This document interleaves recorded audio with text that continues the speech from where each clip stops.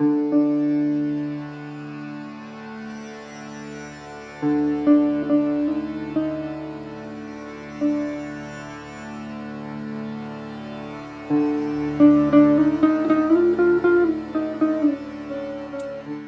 to Untangling Traditions. Today we'll be speaking with Dr Patricia Sauthoff, who is a Post-doctoral Research Fellow on the AyurYog Project, Entangling Histories of Yoga, Ayurveda and Alchemy in South Asia.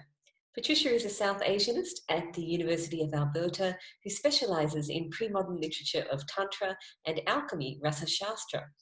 And specifically, we'll be speaking with her today about contribution she's making, 3 chapters to the Alchemy Reader, which will be an output of the AyurYog Project. So welcome, Patricia. So what does a pre-modern alchemical lab, or śālā, look like? Yeah, we don't get a lot of descriptions about the exact size or the exact, dimensions of the Rasaśāstra. What we do get is description of where it should be built. So this Rasaśāstra, or the just alchemical lab, is always supposed to be built in a safe and beautiful place, with a garden full of medicinal herbs, fresh water nearby. So it's a really lovely non-urban environment. Inside of the lab, we find the deity. So you have Rasaśāstra, so the Bhairava of Mercury, in the east. Very important in the east, where the sun rises and everything begins. And as you move around the lab, so you move around in the same direction that you would for any Hindu ritual, east, south, west, north, you find different things. So the operations in requiring fire are in the direction of Agni, obviously. You have grinding operations, cutting instruments, washing, drying, transmutations of metals. In the northeast is where you keep all of your final objects. So everything that you've made, all of your medicines and whatnot. And that's going to be sort of the coolest place in the house, right? Because it's not going to get the direct sunlight. So it's well thought out how it works. But again, it does adhere to this Hindu worldview, right? So, washing is in the direction of Varuna, because Varuna watches over water. So it's a scientific, but also not really religious, but it's built into the Hindu worldview. So you have a scientific thing, but always do you have Rasaśāstra right there helping. And then inside there are a ton of different instruments, a lot for extraction of mercury, distilling plants. You have lots of ovens, underground stoves, portable ovens, water jugs, bellows, and then a variety of pots. And these pots are going to be made out of gold, iron, brass, copper, stone, and even leather. And then various crucibles, mortars, pestles, sieves, all of these kind of things. Also described in the śālā itself is the alchemist's assistant. And this is a person who needs to be a devotee of Shiva, always a devotee of Shiva, pure, brave, virtuous, honest, compassionate.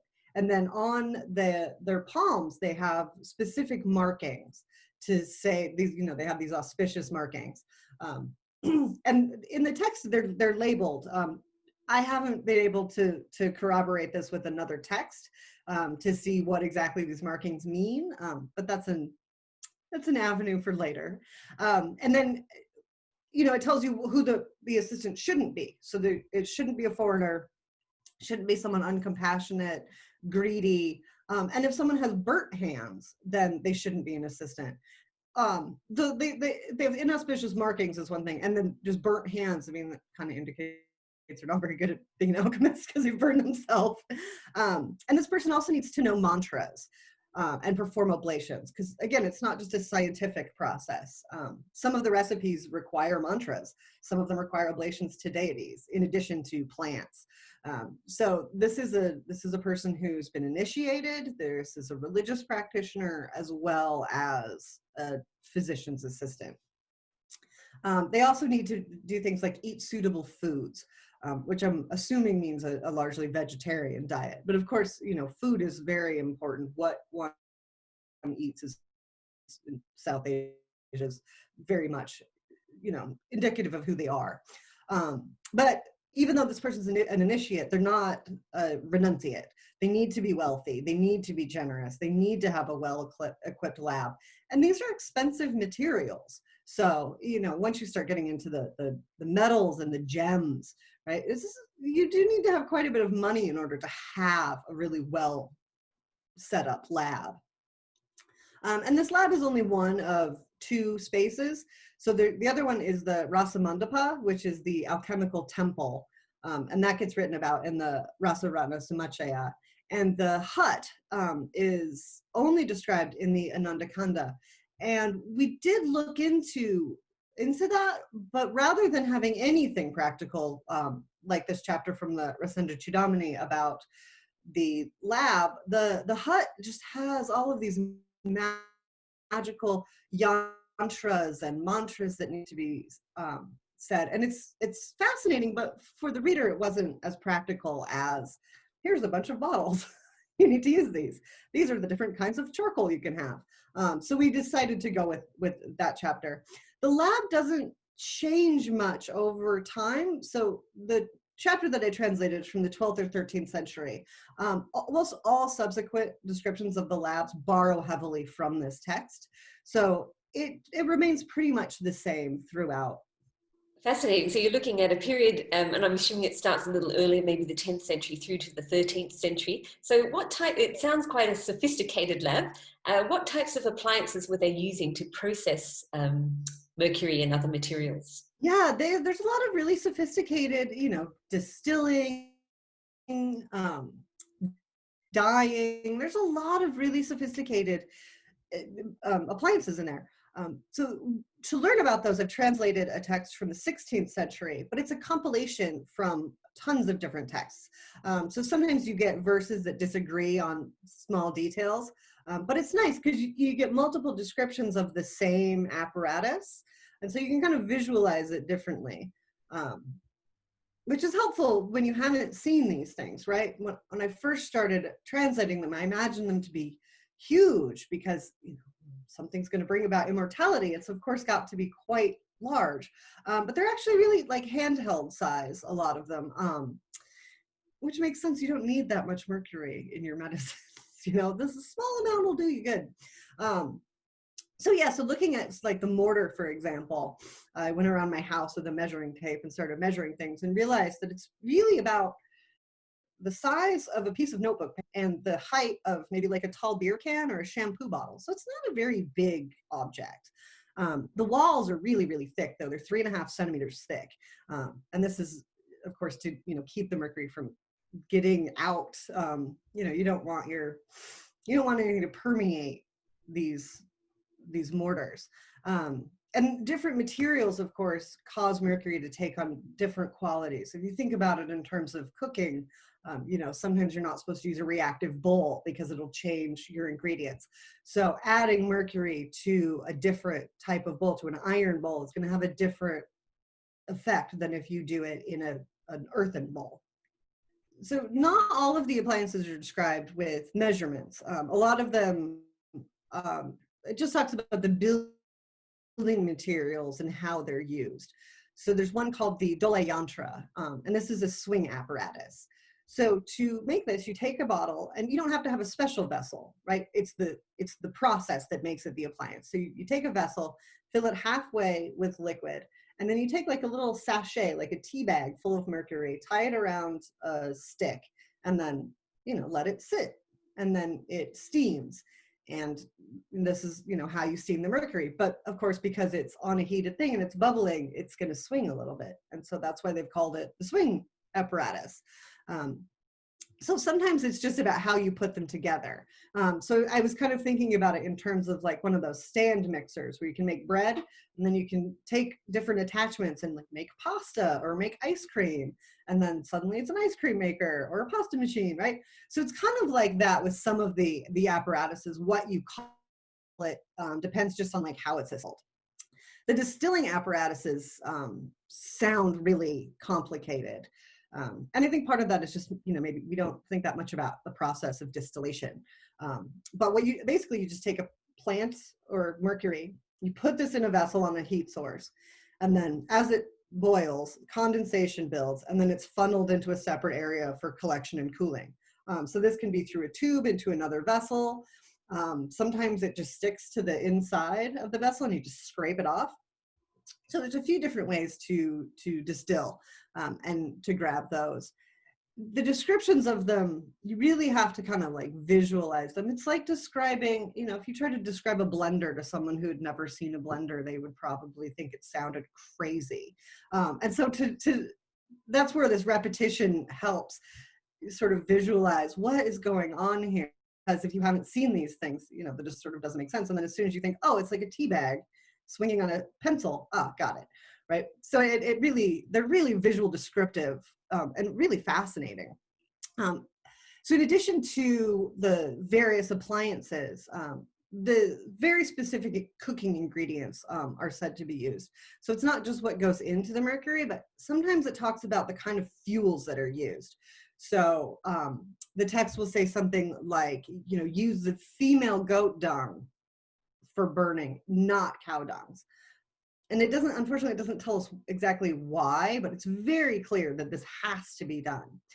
Different kinds of dirts have different properties. So the dirt kicked up by an elephant is going to be different from the dirt from an anthill. And those are going to be, you know, it specifies in the text which ones you should use. And one of my favorite recipes from a different chapter, you quell the sexual pleasure of a woman by collecting the dust picked up by fighting dogs. It doesn't say what you do with it. You pick up that dirt and she's done, not interested. Very interesting. It sounds like you could potentially throw that dust on a woman and all of a sudden she's lost her virility or something. So these alchemical labs you were describing, you mentioned they were used to produce elixirs for longevity as well as sexual virility, reproductive health, aphrodisiacs, and so forth. So tell us more about these interesting concoctions. Yeah, so we translated 2 chapters for this from a text called the Rasaśāstra from the 16th century. The first chapter focuses mostly on sexual and reproductive medicines, and the second, which in some editions is part of this chapter, which is why we've translated both of them. But they're 2 very different chapters. So the second part is on pediatrics, and it's just wildly different. So I think it's really important to include that to show that it's not just, you know, making these magical medicines. So the first chapter starts out very much focused on sexual function. The delay of ejaculation is going to be first and foremost. But it also talks about increasing potency, ensuring pregnancy, and then there are things like tightening the vagina, removing pubic hair, getting fuller breasts, destruction of sexual desire in others. There's also contraception, so you want to prevent pregnancy. And then there are additionally things to avoid miscarriage. But it's not all about sex. There's also things about how to, you know, if a woman has a heavy menstrual cycle, there's some recipes for that. So you know, they are thinking about women's bodies not just as baby making machines, right? There's contraception. Sometimes you don't want to get pregnant, you just want to have fun. So the recipes themselves are really fascinating. So one of the ones to inhibit ejaculation, you take a mixture of camphor, borax, quicksilver, hummingbird tree juice, and honey, and you rub it directly on the penis. So that's gonna inhibit ejaculation. I'm not sure what rubbing quicksilver on your member is going to do long term, but in the short term, that's what it's supposed to do. There's others that are a little bit more magical seeming, right? So you take a lizard's tail and wear it on the little finger, and that also is going to prevent ejaculation. Rubbing a mixture of lotus seeds and honey on the navel can help, and there's tons of others. So a really wide variety of recipes. And you don't have to do all of them. You know, you can do one, do the other, see what works for you, I guess. You can impede the sexual drive of yourself or another person. So if you have a rival, you can add powder of poison nuts steeped in goat urine to their food and drink at night, and they'll become impotent. If someone has done this to you, you can eat sesame seeds, gokshura powder cooked in goat's milk and mixed with cold honey, and that will reverse impotence. Some of the aphrodisiac recipes are really cool. They include things like the juice of pressed jasmine, which sounds really nice. And that's going to be more powerful, of course, if you mix it with honey, camphor, and mercury. But you can just have it on your own. And then there's also a combination of honey and rock salt mixed with pigeon feces and smeared on the penis, that's an aphrodisiac that makes a woman like a slave in the night. And if you want to make a woman not like a slave in the night, but to have no sexual desire, that's where you collect this dust of fighting dogs.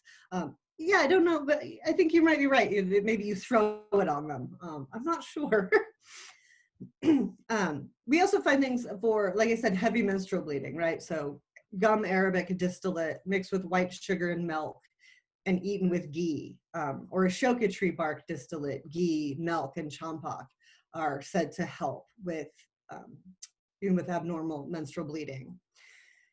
If you eat a mixture of lotus seeds with white lotus water or cooked sesame oil with globe thistle powder, you'll have firm breasts. So there's lots of different things, right? Sexual desire is also like looking good. In some ways, it kind of reminds me of like an old school Cosmo, right? It's got all these different tips of, what you can do, please your man.